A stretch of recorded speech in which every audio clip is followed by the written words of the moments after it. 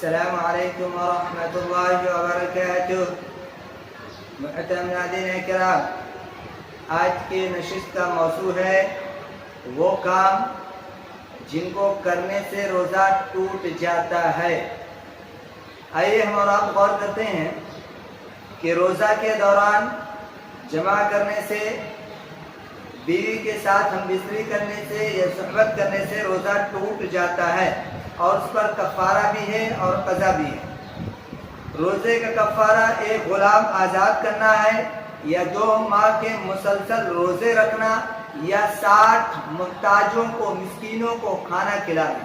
اس کی دلیل حضرت ابو ہریرہ رضی اللہ عنہ سے روایت ہے کہ اللہ کے نبی صلی اللہ علیہ وسلم کے پاس ہم لوگ بیٹھے تھے کہ اچانک ایک صحابی رسول آئے اور کہنے لگے یا رسول اللہ صلی اللہ علیہ وسلم میں ہلاک ہو گیا۔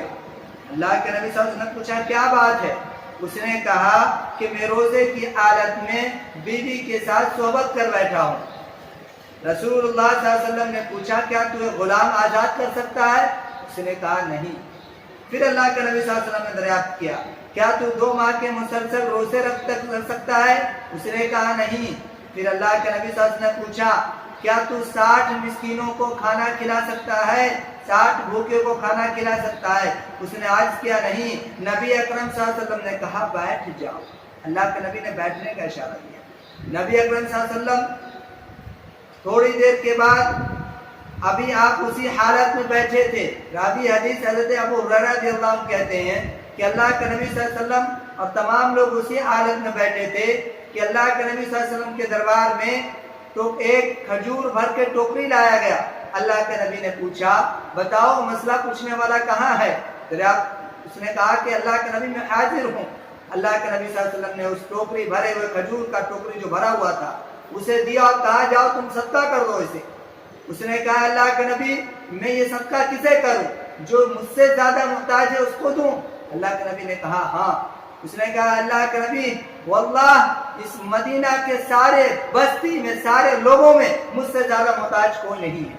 اللہ کے نبی صلی اللہ علیہ وسلم یہ جملہ سن کر ہنسنے لگے، اور اللہ کے نبی کی ہنسنے کی وجہ سے اللہ کے نبی کے داڑھیں نظر آنے لگی، اور اللہ کے نبی نے کہا جاؤ، اچھا جاؤ اسے اپنے گھر والوں پر ہی خرچ کر دو۔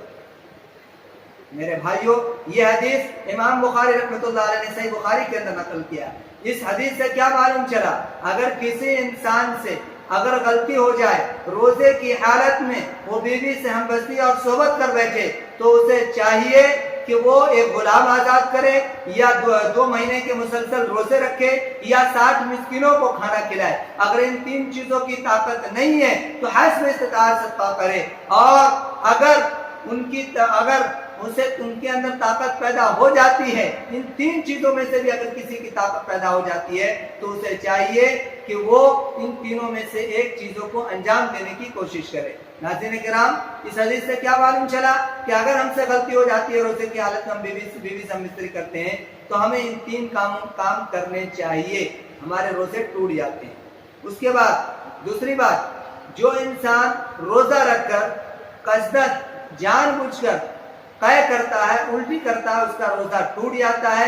جس کے راوی ہیں حضرت ابو ہریرہ رضی اللہ عنہ سے روایت ہے، وہ بیان کرتے ہیں کہ اللہ کے نبی صلی اللہ علیہ وسلم نے فرمایا کہ جو روزے دار کو خود بخود الٹی آ جاتی ہے اس کا روزہ نہیں ٹوٹتا ہے، اور جو جان بوجھ کر حلق میں ہاتھ ڈال کر الٹی کرتا ہے، اللہ کے نبی صلی اللہ علیہ وسلم نے کہا اسے شخص کا روزہ ٹوٹ جاتا ہے اور اس پر قضا واجب ہو جاتا ہے۔ اسے چاہیے کہ اس روزے کو اپنے بعد میں پورا کرے۔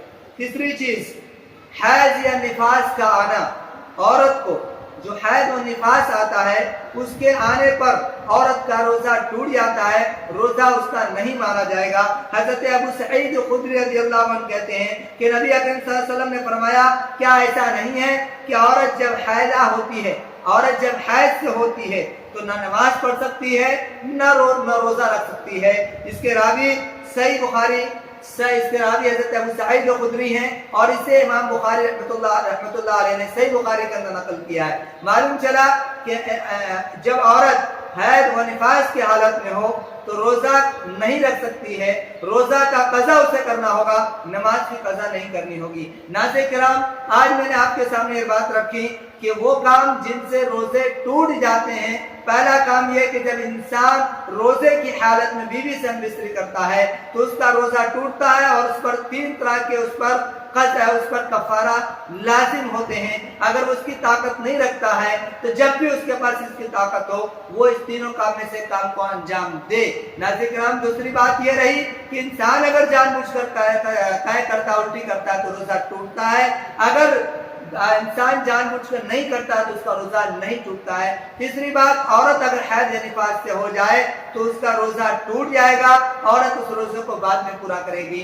ناظرین کرام، امید کرتا ہوں کہ الہ العالمین ہم تمام لوگوں کو جن کاموں سے روزہ ٹوٹتا ہے ان سے بچنے کی توفیق عطا فرمائے اور ان مسائل کو سمجھنے کی توفیق عطا فرمائے، آمین یا رب العالمین۔ وآخر دعوانا الحمدللہ رب العالمین، والسلام علیکم ورحمۃ اللہ وبرکاتہ۔